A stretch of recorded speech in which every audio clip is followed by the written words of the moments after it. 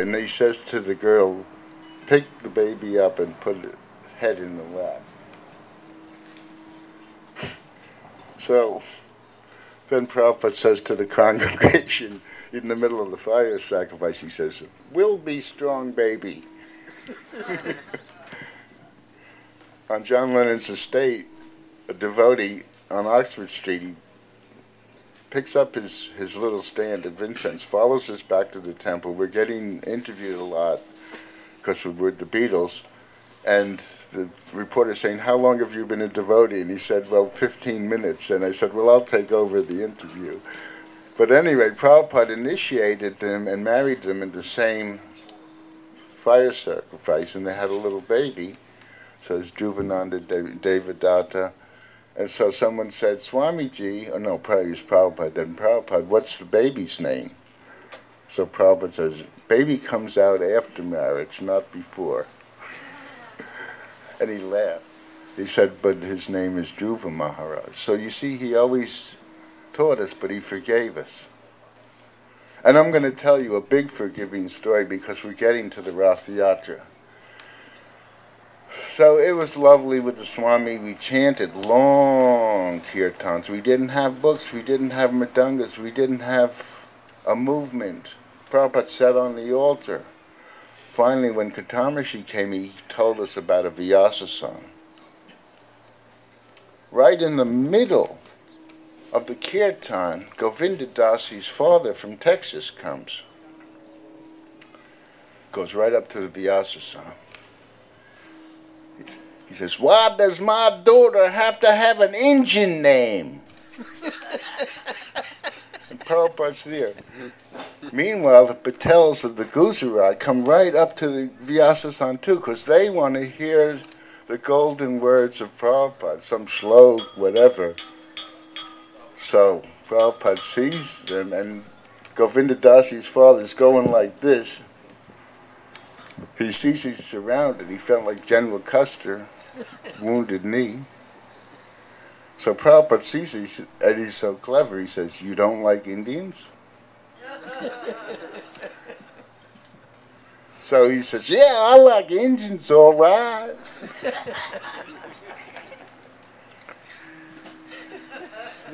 So Prabhupada says, "If your daughter is happy, why do you object?" And he disarmed. And I saw him disarming parents all over the world that way, and objectors.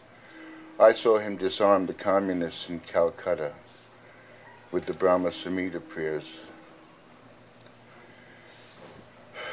Somebody told him that if he went to such and such a corner that he could avoid a riot, and he was ready to go, but it subsided. So we're a happy family, and there's only about 7. Malati, Shamshunda, and now I'm Gurudas and Jamuna, and then Shama Devi, Upendra. It's starting to grow. It's a really nice family with the Swami. But Malati was the one that could get anything. You know, like in the army, there's somebody who can get anything that's not legal or this or that. Malati was that one. She was a biker chick before she was a devotee. So I'm using colloquialisms for the spice of it, so you must forgive me. You don't try this at home, perhaps. Different slogs for different folks, but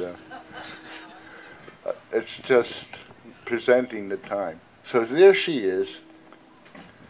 So she waits. There's a dairy truck, and the man goes into the store to deliver, and she takes a whole flat of butter. And she's carrying it into the temple, past the stove that Jerry Garcia just gave us, that had a grill for chapatis. He donated it. That's what it was like. We were in this whole community, and you know, people became famous later. So she was so proud of herself, she puts the flat up by the wall and puts the butter in there. Upendra comes down and says, the Swami wants to see you. And she didn't equate anything. She was just happy. She goes up, oh, yeah. Prabhupada's apartment was right above the street, and he happened to be looking out the street and seeing the whole thing. Seeing the whole thing. And he liked Charlie Chaplin movies, so he could understand silent movies. It was like a silent movie. There's evidence. He's doing that and waiting and looking around. And so she goes up there. So, you have stolen the butter?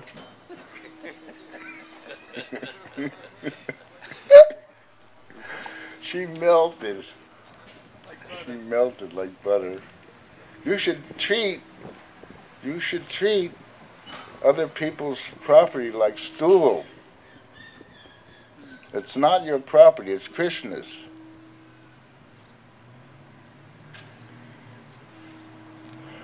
But if you have to steal, then steal butter. Making sure. So he always forgave us. But we didn't learn. So she goes to the Indian store. Everything from India was like, oh, this chadar is from India. It's imbued with spiritual power, you know. It's the 60s, you know. Look at the glow. Vishnu John says, look at the pink glow around the prasadam. And Prabhupada says, just to eat. He wasn't very new agey.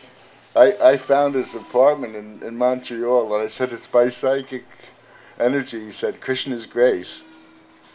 You see, personalism. He brought something tangible to me, a whole philosophy of personalism with him. So she still didn't learn, and so she's in the import store, and she takes Lord Jagannath. She just thought, this is from India, it looks cool. 5-finger discounts it. It's called stealing. 5-finger discount. Brings it back to the Swami, you know, this is from India, it's cool. He bows down to this little thing. We started wearing Lord Jagannath on our necks about this big. Our first beads were this big, red, 108 on different colors. There was no tulsi. And then Prabhupada said, no, it's not a good idea to put a screw in. I didn't do it, but a few devotees had Lord Jagannath dangling because we were wearing our inner personas on ourselves and painting cars. Like we had a Krishna lack. We painted the Cadillac. Hare Krishna. This person's laughing. That's what it was. Brother David's Ford, the founder of Children of God, was our Krishna Ford. Hare Krishna on it. We painted our bodies, what to speak of our cars.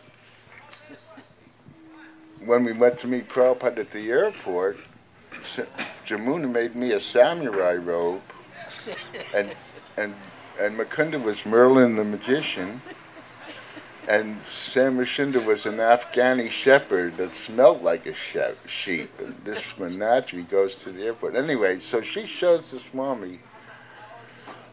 She shows the Swami, and he bows down, and he says, are there any more like that? So she says, yeah, there's a blue guy with a trident, and there's a green elephant, and no, like this. Oh yeah, I think there was 2 more. He said, get them. So she got them. I don't know how.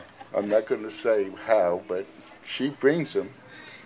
And he says to Sam Shinda, can you carve these? Because he was the one who made the Vyasa son. He's the one who made the altar. He was the carpenter. So he said yes.